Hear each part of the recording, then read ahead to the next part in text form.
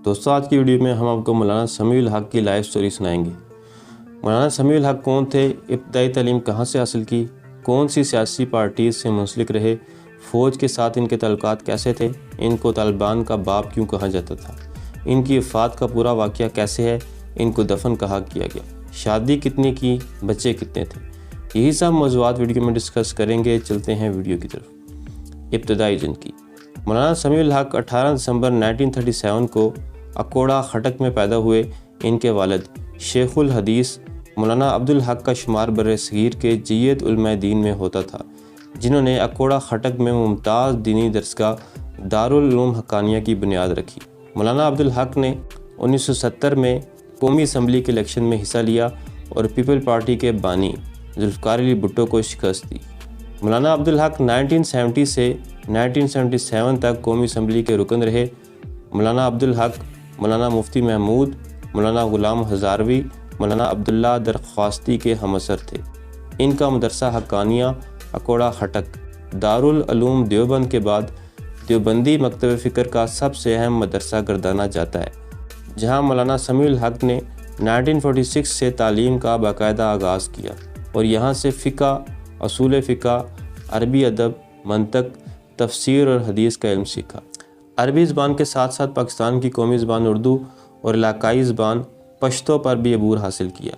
मौलाना मुफ्ती महमूद, मौलाना अब्दुल हक और जमीयत के दूसरे अकाबरीन की रहलत के बाद जमीयत उलमा इस्लाम दो हिस्सों में बट गई। एक धड़े की क़यादत मुफ्ती महमूद के साहबजादे मौलाना फजलुर रहमान के हिस्से में आई, जबकि दूसरे धड़े की क़यादत मौलाना समीउल हक ने की। फ़ौज के साथ ताल्लुकात।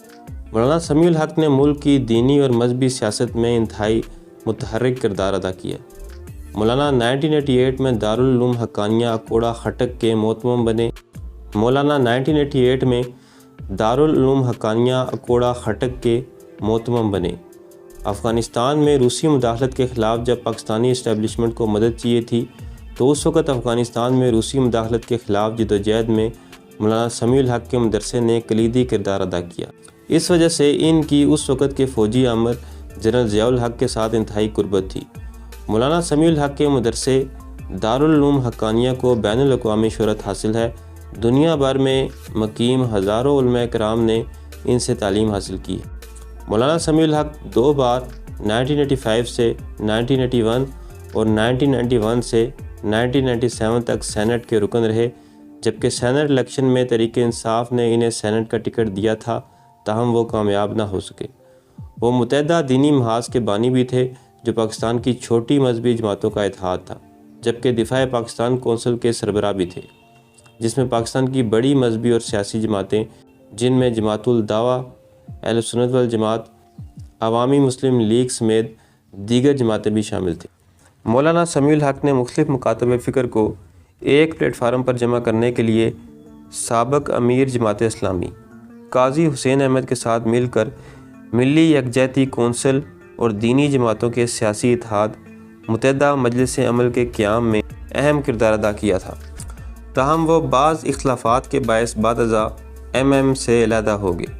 अफ़गानिस्तान पर अमरीकी हमले के बाद उन्होंने मजहबी तंजीमों का एक इत्तेहाद दिफा पाकिस्तान और अफ़गानिस्तान कौंसिल भी बनाया था, जिसने अमरीकी हमलों के ख़िलाफ़ पूरे मुल्क में पुरअमन मुज़ाहरे किए। इस इत्तेहाद में ISI के साबिक़ सरबराह जनरल रिटायर हमीद गुल और शेख रशीद भी शामिल थे। मौलाना समीउल हक अफ़गान तालिबान पर काफ़ी असर और रसूख रखते थे और मुल्ला उमर, जो तालिबान के बानी और अमीर थे, के बारे में कहा जाता था कि वो मौलाना समीउल हक के शागिर्द हैं। मौलाना समीउल हक जहादी रहनुमाओं के लिए रूहानी बाप की सी हैसियत रखते थे। मौलाना समीउल हक ने हमेशा अपने अमल से साबित किया था कि वो एक मुहिब्ब वतन और पुरअमन पाकिस्तानी हैं। उन्होंने मुल्क में पुरतशद्दुद कार्रवाइयों की हमेशा मज़म्मत की। उन्होंने पाकिस्तान में कलअदम तहरीक तालिबान और हुकूमत पाकिस्तान के दरमियान मुज़ाकरात में अहम किरदार अदा किया। वफ़ात।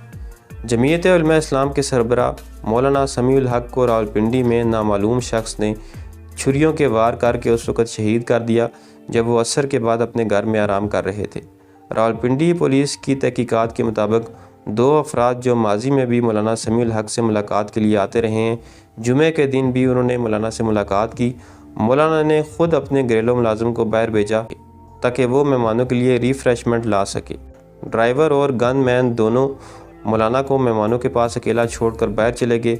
वापसी पर उन्होंने देखा कि मौलाना समीउल हक खून में लथपथ और बेहोशी की हालत में अपने बेड पर पड़े हैं। इनके जिस्म पर तेज़ दारे आले के गहरे ज़ख्म हैं। जिस्म का बालाई हिस्सा खून आलूदा था। फौरी तौर पर इन्हें करीबी अस्पताल ले जाया गया, जहां डॉक्टरों ने अस्पताल पहुंचने से पहले ही इनके शहीद हो जाने की तस्दीक कर दी। मौलाना समीउल हक अपने दारुल उलूम से माहाना जरीदा अल हक शाया करते थे। मौलाना मरहूम इस जरीदे में अपनी याददाश्तों पर मुश्तमिल डायरी भी शाया करते थे। मौलाना समीउल हक के बेटे मौलाना हामिदुल हक ने इंकशाफ किया है कि इनके वालिद को अफ़गान हुकूमत और मुख्तलिफ़ ताकतों की जानिब से ख़तरा था, क्योंकि वो अफ़गानिस्तान को अमेरिका के तसल्लुत से आज़ाद कराना चाहते थे। जबकि हमें मुल्की खुफिया इदारों ने भी कई बार बताया था कि मौलाना समीउल हक बैनुल अक़वामी खुफिया इदारों के हदफ पर हैं। मौलाना समीउल हक पर इससे कबल भी कई मरतबा कातलाना हमले हो चुके थे, लेकिन इन हमलों में वो हमेशा महफूज रहे। मौलाना हामिदुल हक का कहना है कि हमने पुलिस और सिक्योरिटी इदारों को धमकियों के हवाले से आगाह किया था, जबकि दारुल उलूम अकोड़ा खटक में भी सिक्योरिटी सख्त कर दी गई थी। ताहम मौलाना साहब सिक्योरिटी को पसंद नहीं करते थे, इसलिए सफ़र में इनके साथ दोस्तों के अलावा कोई सिक्योरिटी एहलकार नहीं होता था। ख़ानदान। मौलाना समीउल हक के 4 भाई थे, जिनमें अनवारुल हक हक्कानी और महमूदुल हक हक्कानी काबिल ज़िक्र हैं। महमूदुल हक पेशावर यूनिवर्सिटी में केमिस्ट्री के प्रोफेसर थे। मौलाना समीउल हक ने 2 शादियाँ की थी, जिनसे 9 बच्चे पैदा हुए। तो दोस्तों, ये थी मेरी आज की वीडियो पसंद आए तो चैनल को सब्सक्राइब करें। मिलते हैं अगली वीडियो में। अल्लाह हाफ़िज़।